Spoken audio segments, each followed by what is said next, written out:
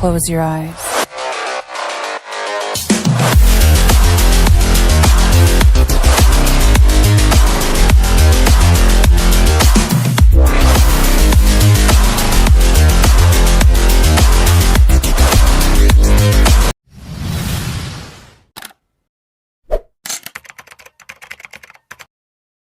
नमस्कार साथियों, आज हम बात करेंगे हॉलीवुड के मैसअप आदि पुरुष की। इस फिल्म पर काफी विवाद शुरू हो चुका है। ऐसे में दो सवाल खड़े होते हैं। पहला ये कि ये विवाद क्यों खड़े हुए हैं, दूसरा कि इतने विवादों के बाद क्या ये पिक्चर आगे चल पाएगी या नहीं। तो चलिए आदि पुरुष की बात करें तो 1 मिनट 47 सेकंड के इस टीजर में 147 गलतियां हैं। मैं आपको सच बताऊं तो कांग्रेस ने चुनाव में इतनी सीटें नहीं हारी हैं जितनी लोगों ने इस फिल्म को भर भर के गालियां मारी हैं। सबसे पहले हम बात करते हैं राम जी के किरदार की। राम जी का किरदार एक ऐसा किरदार है जो अब तक पूरे सिनेमा में लगभग मुश्किल से 10 लोगों को ही मिला होगा। ये मौका प्रभास को भी मिला, लेकिन उनको देख के कतई भी नहीं लग रहा कि वो इसको मन से करना चाहते हैं। हम एक तरफ रामानंद सागर जी के राम यानी कि अरुण गोविल जी को देखें तो वो एकदम शांत, सरल और मर्यादित व्यक्तित्व के व्यक्ति लगते हैं, और राम जी के हम किसी भी कलाकार को देखते हैं राम जी के रूप में तो हमें यही फील आता है।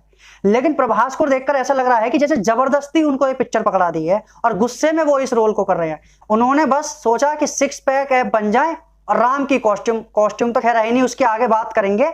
अब बात करते हैं राम जी की कॉस्ट्यूम की।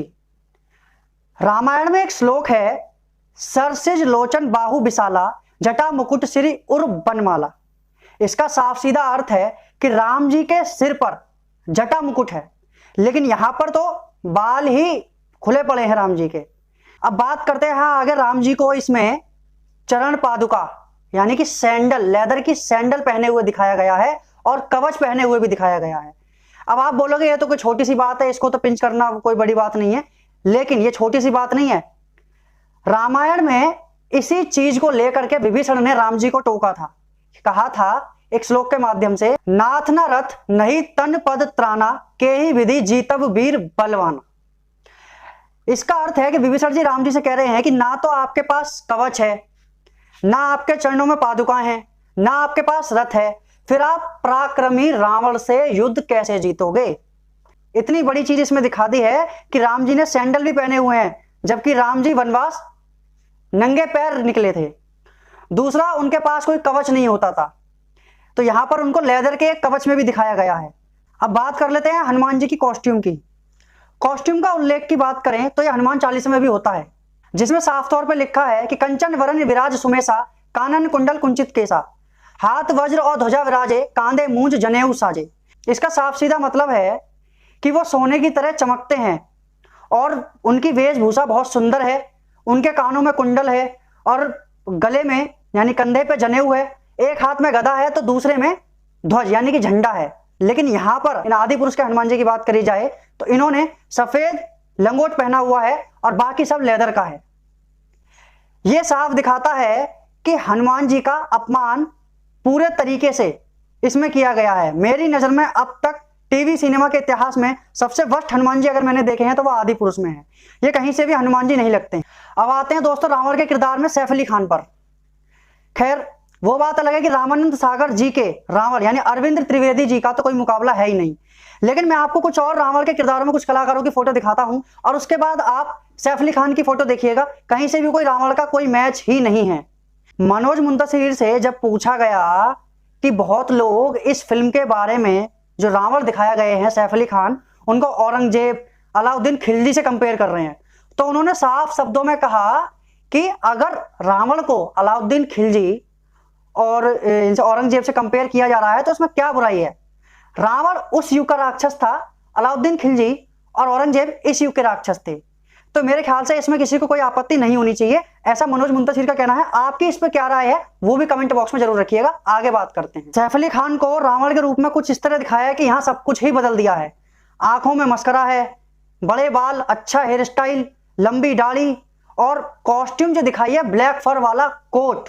इसके बारे में थोड़ा आराम से विस्तार से बात करते हैं कि ये किन किन फिल्मों से उठा करके यहाँ पे रावण को पूरा बनाया गया है। रावण का गेटअप पूरी तरीके से कॉपी है रगनार लोथब्रोक, जो कि एक हॉलीवुड करेक्टर है। इतने से भी मन नहीं भरा तो रावण की सेना को कॉपी करके उठा लिया व्हाइट वॉकर से। उसके बाद में बात करें रावण की लंका की, वाल्मीकि महर्षि की रामायण के अनुसार लंका सोने की थी, जो विश्वकर्मा जी ने खुद अपने हाथों से बनाई थी। लेकिन यहाँ पर जो आप सेट देख रहे हो, लंका तो कहीं से भी नजर नहीं आ रहा है, लेकिन ये जो सेट है जो चुराया गया है हॉलीवुड की मूवी का है, जिसका नाम है एसगार्ड। अब बात कर ले भैया रावण के पुष्पक विमान की।